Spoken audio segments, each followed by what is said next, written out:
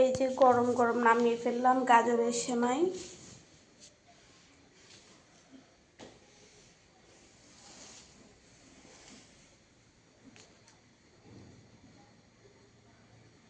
কালারটা অনেক সুন্দর হয়েছে। এখানে 1 কাপ কম 1 কেজি দুধ গরম করছি, করে অনেকক্ষণ জাল পাড়ছি।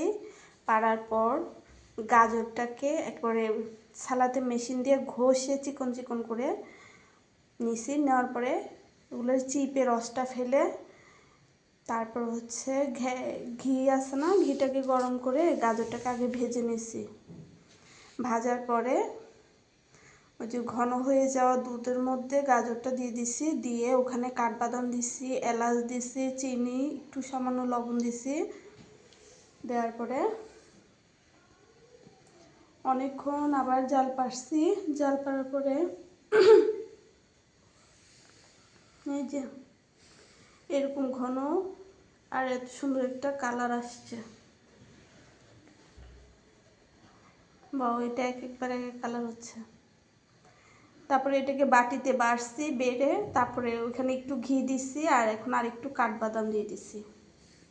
পারফেক্ট একেবারে গাজরের সেমাই।